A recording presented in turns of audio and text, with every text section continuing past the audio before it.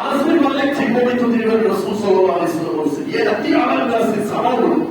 আনাসের মালিক বলেন যে আমাদের নবী বলেছেন যে শেষ জামানায় এমন একটা সময় আসবে যেটা আপনারা অনেকে জানেন, এই কথাটা সবাই বলে থাকেন, সেটা একটা হাদিস। ইয়াতি আলাল নাসি সামাউন বলছে আল্লাহ নবী বলেছেন এমন একটা সময় আসবে আসসাবিরু ফীহি আলা দীনিহি, ওই সময়ে একজন মানুষের দিনের উপর টিকে থাকা, ইমানের উপর টিকে থাকা কেমন হতে হাতের মুঠোয় জ্বলন্ত আগুন রাখা যেভাবে কঠিন, এমন একটা সময় তোমাদের কাছে আসবে যখন ইমান এবং ইসলামের উপর দিনের উপর টিকে থাকা, সবর করে থাকা, ধৈর্য ধারণ করা তোমাদের জন্য তার চেয়ে বেশি কঠিন হয়ে যাবে।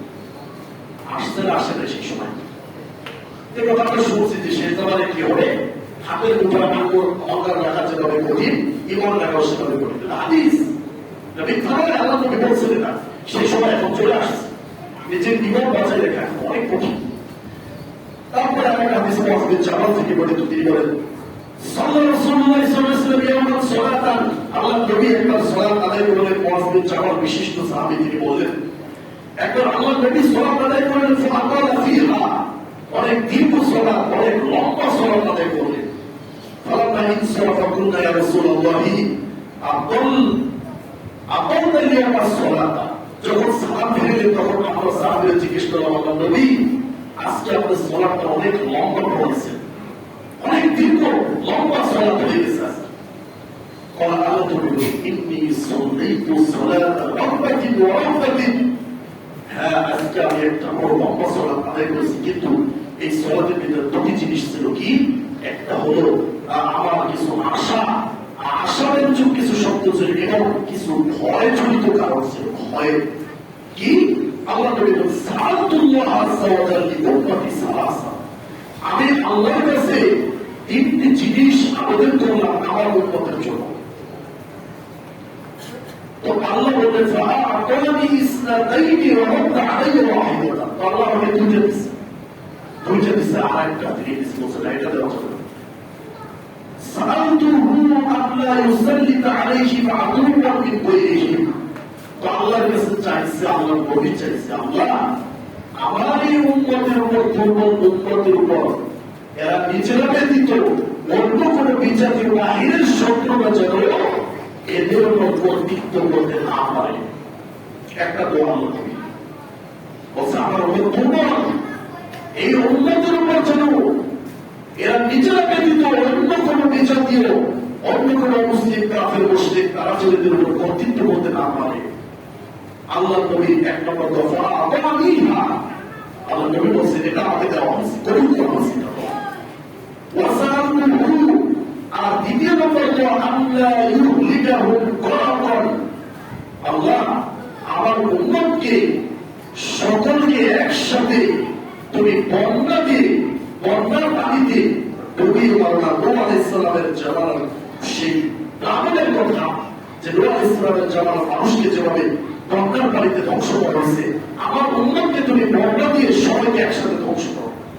ফাআতানিহা, আল্লাহ নবী বলছেন এটাও কবুল করা হয়েছে। ওয়াসালতুহু, তিন নম্বর আমি যে জিনিসটা চাইলাম আল্লাহ ইয়াজআলা বাসাহুম বাইনাহুম, আল্লাহ আমার উম্মত যেন পরস্পর সংঘর্ষে লিপ্ত না হয়, পরস্পর হিংসা বিদ্বেষে জড়িয়ে পরস্পর বিভিন্ন ধরনের বিভক্ত হয়ে তারা যেন পরস্পর যেন মারামারি, কাটাকাটি, হানাহানি এগুলো যেন তারা জড়িয়ে না পড়ে। আল্লাহ বলছেন ফাওয়াদ্দাহা আলাইয়া, আল্লাহ নবী বলছেন এটা আল্লাহ কবুল করে। তাহলে এখন যে বিপর্যয়, মারামারি, কাটাকাটি, হানাহানি, পরস্পরের মধ্যে লাগালাগি, একজনের রাগের হিংসার প্রতি হিংসার, একজনের মনে করেন রাগের ভাগিদার আরেকজন হবে, আমার রাগ করবে আমি পাবো আপনি খাবেন, এটা আল্লাহ নবী দোয়া করছেন যে আমার উম্মতের মধ্যে যেন অন্তত এই কাজটা না হয়। কিন্তু আল্লাহ বলছেন যেটা ফায়সালা হয়ে গেছে এটা কবুল হয়। যার কারণে আজকে ভাই ভাই দ্বন্দ্ব, আপনার নিজেদের ভিতরে দ্বন্দ্ব, তারপর সহমতীয় দ্বন্দ্ব, নিজেদের দেশের ভিতরে দ্বন্দ্ব, এই নবী দোয়াটা করেছিল কিন্তু এটা আল্লাহ কবুল করেনি। যার কারণে এখন কি এগুলো হচ্ছে। তাহলে দেখুন যে মারামারি হচ্ছে বা যে বিপর্যয় দেখা দিবে, এখন যে মনে হচ্ছে কিছুই না, আরো বিশাল আকারে রূপ ধারণ করবে, যেটা দেখে আপনার বলি যে আপনি কোনোভাবে সহ্য করতে পারবেন না। তাহলে আপনাকে বুঝতে হবে এটা কার দোয়া, আল্লাহ নবী দোয়া করেছিল, কিন্তু সেই দোয়াটা কবুল করা হয় না। আল্লাহ একটা দেবে, এটা নবীর হাদিস, এটা হবেই হবে, এটা নবীর ভবিষ্যৎবাণী। তাহলে যা হচ্ছে এগুলো নবীর কথা, এগুলো হবে বলে গেছে, এটা নবীর ভবিষ্যৎবাণী। আর একটি চমৎকার হাদিস সবর থেকে বর্ণিত, সবর থেকে সুরিয়া লি আল্লাহ আল্লাহ নবী বলেছেন, একবার আমাকে পুরো পৃথিবীটা উঠিয়ে আমার সামনে ধরা হয়েছে। আপনার অনেক মাসের কথা আল্লাহ নবী বলেন, আমার কাছে এমনভাবে পৃথিবীটা উঠিয়ে ধরা হয়েছে যে আমি তার পূর্ণতম প্রস্তুতি কি আছে সব আমি দেখে ফেলছি। আমাকে আল্লাহ দেখাইছে পৃথিবীটা আল্লাহ নবীকে একেবারে উঠিয়ে পূর্ব পরিস্থিতির কি আছে আমার নবীকে দেওয়া হয়েছে, দেখা হয়েছে।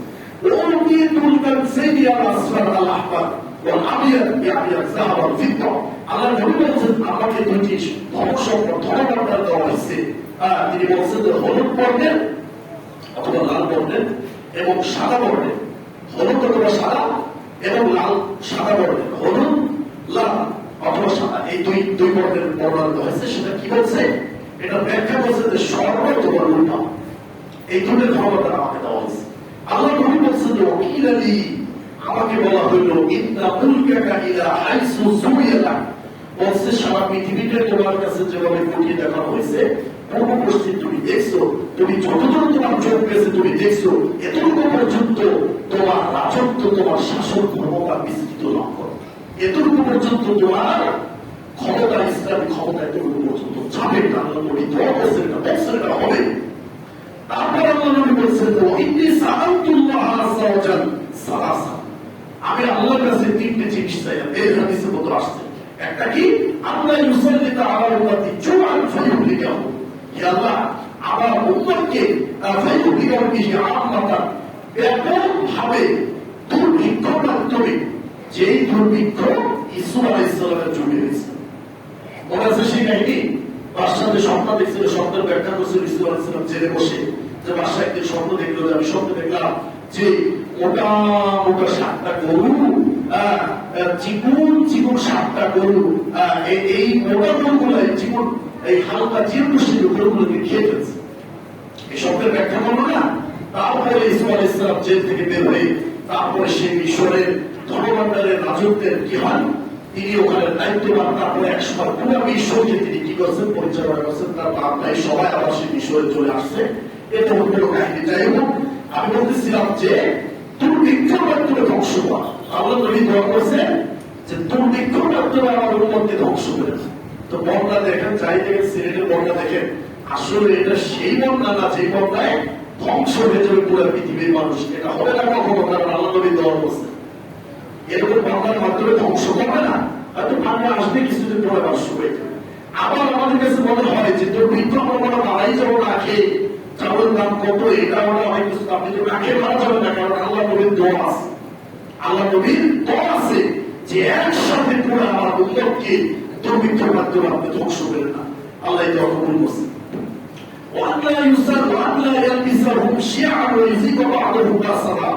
আরেকটা দোয়া আল্লাহ নবী বলছেন যে আমার উম্মতকে বিভিন্ন উপদল, জাতীয় দল, গোত্রীয় দল, যে দল আছে বিভিন্ন দলে বিভক্ত করে এক দলকে দিয়ে আরেক দলকে আপনি মারামারি সাধন করেন। মুসলিমরা আমার উন্নত হয়ে তারা দুই দলে সংঘর্ষে লিপ্ত হবে, একদল মারবে আরেকদল মার খাবে, এটা যেন আমার উন্মতের মধ্যে না হয়। আল্লাহ নবীর এই দোয়াটা আল্লাহ বলছেন যে আমাকে বলা হলো ইজা কদাইতু কদান ফালা তাওয়াক্কা, আমি আল্লাহ যেটা ফয়সালা একটা করে ফেলি, সিদ্ধান্ত নিয়ে ফেলি, সেই সিদ্ধান্তের আর কোনো পরিবর্তনকারী কেউ নেই। তার মানে এটা তোমারটা ফেরত দেওয়া হয়েছে যে না, তোমার উম্মত বিভিন্ন দলে বিভক্ত হবে। অন্য হাদিস আসছে যে এই উম্মতের মধ্যে 73 দল বিভক্ত হবে, 73টা দল হবে, যার 72 দলে যাবে জাহান্নামের, এক দল জান্নাতে যাবে। আল্লাহ নবী হাদিসের শেষে বলছেন যে সেই দলটা কারা? যারা আমি এবং আমার সাহাবীর আদর্শকে যারা আঁকড়ে ধরবে, তারাই হবে সেই নাজাতপ্রাপ্ত দল, তারাই হবে সেই জান্নাত দল। আমি বলছিলাম বর্তমান পরিস্থিতির মোকাবেলা যদি করতে হয়, তাহলে আপনাকে নবীর আদর্শ মেনে করতে হবে। আপনার নেতার আদর্শ যদি মানেন, দুনিয়া তো হবেন, পরকালে ক্ষতিগ্রস্ত। নবীর আদর্শকে মেনে যদি আপনি মাঠে নামতে পারেন, নবীর আদর্শকে মেনে যদি মোকাবেলায় যদি আপনি নামতে পারেন, অবশ্যই বিজয় মুসলমানদের হবে, মাসলুমদের হবে, জাহান্নাম ধ্বংস হয়ে যাবে। সেই বিজয়ের জন্য শর্ত কি? নবীর আদর্শকে ফলো করতে হবে। যে অবস্থায় আছি সেই অবস্থায় আমাকে আল্লাহর সামনে লুটে করতে হবে, নামাজ পড়তে হবে। আল্লাহর হুকুমের একজন পরিমাণ বিরোধিতা করা যাবে। আল্লাহর হুকুম মেনে নবীর তরিকে চলে তারপর আমি যা করবো সেটা অবশ্যই আল্লাহর পক্ষ থেকে সাহায্য আসবে।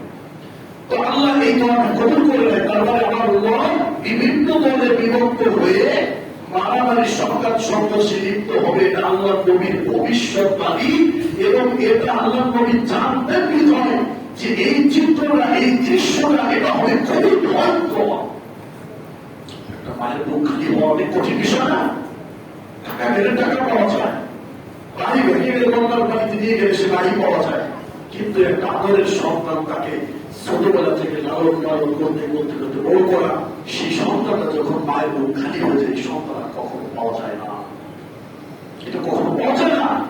তো আল্লাহ নবী এটা দোয়া করছেন যে আল্লাহ এটা যাতে না হয়, এটা হবে, এটা নিশ্চিত হবে, কিন্তু তাই বুঝে আল্লাহ নবী দোয়া করছিলেন, কিন্তু সেই দোয়াটা ফেরত দেওয়া হয়েছে। আল্লাহ তারপর বলছেন ওয়া নাজমা আলাইহিম মা বাইনা আওবাদিহা হাত্তা ইউফিয়া বা'দুহু বা'দা। নবী আপনাকে একটা কথা বলি, সেটা হচ্ছে কি, পৃথিবীর যত অমুসলিম রয়েছে তারা কখনোই তোমার উম্মতের উপর একত্রিত হয়ে একসাথে পুরো মুসলিম উম্মতকে ধ্বংস করে দেবে, এটা আমি কখনো হতে দেব না। চোখে চোখে সালাউদ্দিন আইয়ুবের মতো লোক আমি বের করবো, যখন ওই পরিস্থিতি আমি বুঝবো, আমি আল্লাহ উত্তম পরিকল্পনা কখন সালাউদ্দিন আইয়ুবীকে বের করতে হবে এটা আমি আল্লাহ জানি। আবশ্যক সেটা আমি সব ফাসলা করবো। তোমরা করতে থাকো, তোমাদের ইমানের পরিচয় দিতে থাকো।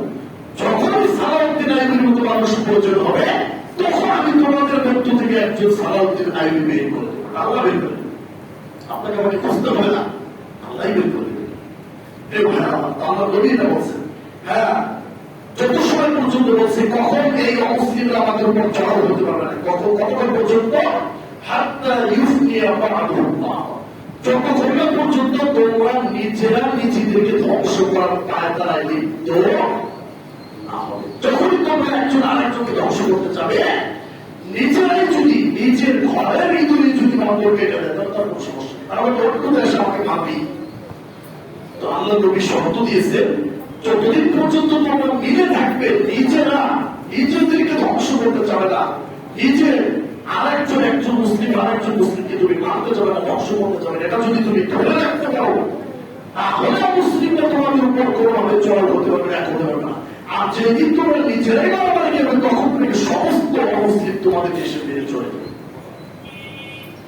আর একটা আল্লাহ নবী বলছেন, ওয়ায়াকুতুনা বা'দুহুম বা'দা, বলছেন তোমরা যদি পরস্পর হত্যাকাণ্ডে যদি লিপ্ত না হয়, তাহলে আল্লাহ তোমাদেরকে অমুসলিমদের এই আক্রমণ থেকে, থাবা থেকে, ভয়ানক থাবা থেকে তোমাদেরকে রক্ষা করবে। কিন্তু তোমরা নিজেরাই যদি নিজেদেরকে মারো, মুসলমান হয়ে আর এক মুসলমানকে মারতে পারো, মুসলমান হয়ে আর এক মুসলমানের বাড়ি ঘর জ্বালিয়ে দিতে পারো, মুসলমান হয়ে তোমার দ্বারা যদি আর এক মুসলমানের কষ্ট হয়, ক্ষতি হয়, এটা যদি তোমরা নিজেরাই মারো, তাহলে তুমি মুসলিমদের কাতারে থাকো না, আমি তোমাকে অমুসলিমদেরকে এনে তোমাকে আমি মার খাবো তোমার নিজের মাধ্যমে। বলছে হাদিস অনেক কঠিন হাদিস। আল্লাহ নবী বলছেন, দেখেন, ওইজা হুদিয়া সাইফু ফি উম্মতি, আল্লাহ নবী বলছেন, যদি আমার উম্মতের মধ্যে একবার যদি অস্ত্র উঠে যায়, অস্ত্র মারামারি যদি একবার শুরু হয়ে যায়, আমার নবী বলছেন, হাদিসগুলো ভালোভাবে শুনে, এই হাদিস শুনতে পারবেন না আপনারা। তো এই হাদিস অনুবাদ করেছে, আপনারা একটু মনোযোগ দিয়ে শুনেন। ওইজা হুদিয়া সাইফু ফি উম্মতি, আল্লাহ নবী বলছেন যে আমার উম্মতের মধ্যে যদি একবার অস্ত্রের মারামারি শুরু হয়ে যায়, নিজেরাই যদি নিজেদের বিরুদ্ধে নেমে যায় একবার, আল্লাহ নবী বলছেন কিয়ামত পর্যন্ত এই যুদ্ধ আর বিরতি হবে না, এই অস্ত্রের যুদ্ধের আর বিরতি হবে না। একবার যদি অস্ত্র উঠে যায়, মুসলমান হয়ে মুসলমানের বিরুদ্ধে যদি একবার লড়তে পারে, যদি নামতে পারে, তাহলে আল্লাহ নবী বলছেন কিয়ামতের আগে এই যুদ্ধ আর হবে না। আপনি মনে করতেছেন স্বাভাবিক হবে, আস্তে আস্তে ভালো হবে, আমি নামাজ পড়বো, তসবিহ টিপবো, হ্যাঁ, সেটা সম্ভব না। আস্তে আস্তে পরিস্থিতি আরো ভয়ঙ্কর হবে, কারণ মুসলমানের উপর নিজেরাই অস্ত্র তুলে ফেলছে। মুসলমান আর এক মুসলমানকে নিজেই হত্যা করছে, এখন আর কোনোভাবে থামবে না এই মারামারি। কেমন পর্যন্ত এই মারামারি আর কখনোই থামবে না, কেমন পর্যন্ত এই অস্ত্রের মারামারি চলতেই থাকবে। কিন্তু আপনি আমি কি করবো, আমাদের অবস্থানটাকে স্বীকার করবো বলছেন। তারপর আল্লাহ নবী বলেছে, আমার উম্মতের সবচেয়ে আমি যে জিনিসটা ভয় করি সেটা হচ্ছে শেষ জামানায় এমন একটা সময় আসবে যখন ওই সময় সমস্ত নেতৃবৃন্দ হবে ভ্রান্ত, অভ্রষ্ট, গোমরা। তার মানে তাদের ইসলাম সম্পর্কে কোনো জ্ঞান থাকবে না। এটা বলছে, আমি কি বলছি যে সে মূর্খ না, সে ডক্টর, সে এমবিবিএস পাস করছে, সে বাংলাদেশের যত পড়ালেখা সব করছে, কিন্তু তার ভিতরে কি নাই, কোরআন হাদিস নাই। তারপরে সে কি শিক্ষিত নয়, সে ভ্রান্ত, সে অভ্রষ্ট।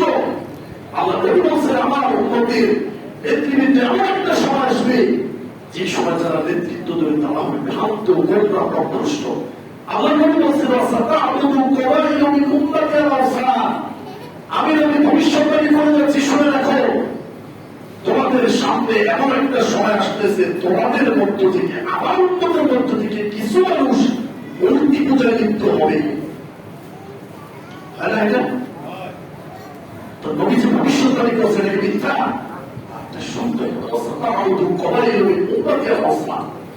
এই তোমরা দেখতে পাবে আমার উন্নত হয়ে, নবী কত গৌরবের সাথে কথা বলছে যে আমার উন্নত হয়ে তারা মূর্তি পূজায় লিপ্ত হবে।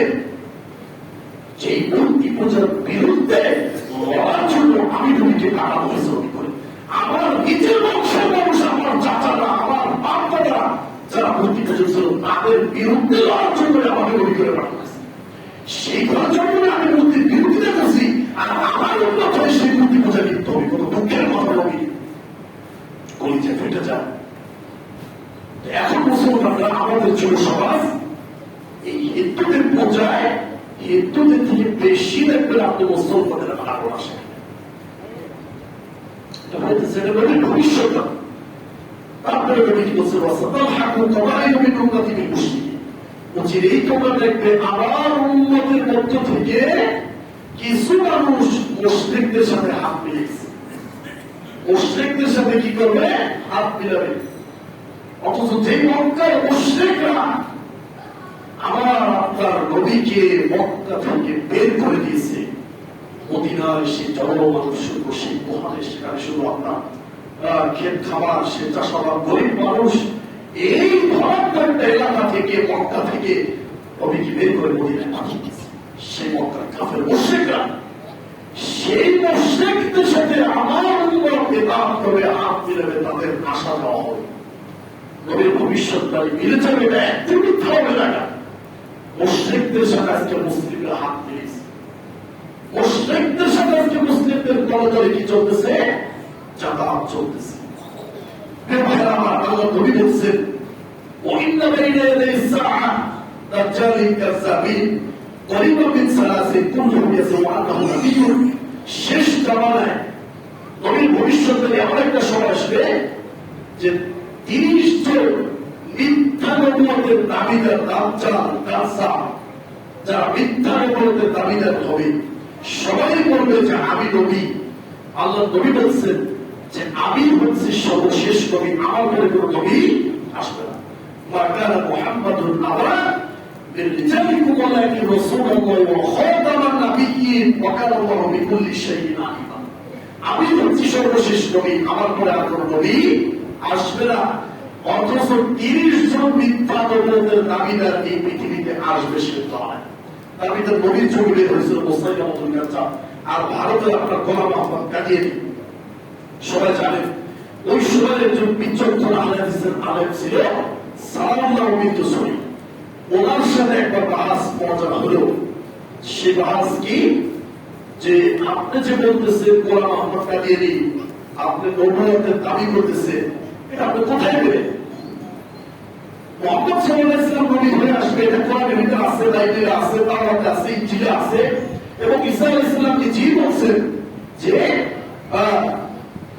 ঈসা আলাইহিস সালাম বলছেন ওয়াকালা ঈসা ইবনে মারইয়াম, আল্লাহ ঈসা আলাইহিস সালাম বলছেন যে শেষ জামানায় একজন নবী আসবে যার নাম হবে কি ইসমুহু আহমদ, যার নাম হবে কি আহমদ। মুহাম্মদ সাল্লাল্লাহু আলাইহি ওয়াসাল্লাম নামে একজন নবী আসবে। তো গোলাম আহমদ কাদিনী বলছে যে হ্যাঁ, যে নবীর কথা তুমি বলছো সেই নবী তো আসছে মুহাম্মদ সাল্লাল্লাহু আলাইহি ওয়াসাল্লাম, কিন্তু আহমদ নামে যে নবী সেই নবী হচ্ছে আমি গোলাম আহমদ কাদিনী। তো সাহাবারা বলতেছে উনি তো বিচক্ষণ মানুষ, উনি বলছে ঠিক আছে, তুমি যখন বলছো কোরআনের ভিতরে দলিল আছে তোমার নবী হওয়ার, তোমার নাম আহমদ, তো কোরআনে তো আছে শুধু আহমদ, কিন্তু তোমার নাম তো গোলাম আহমদ, গোলাম হইল কেন? বলছো গোলাম হিসেবে রেখে বলছো, আসলে ঘটনাটা লিখে আমার মা বাবা ভুল করে গোলাম রেখে বলছে, গোলাম আহমদ কাদিয়ে বলছে ও তাই। বলছে তো উনি বিচক্ষণ মানুষ, উনি বলছে শোনো আমারও বাবা একটা ভুল করে ফেলেছে। বলছে কি?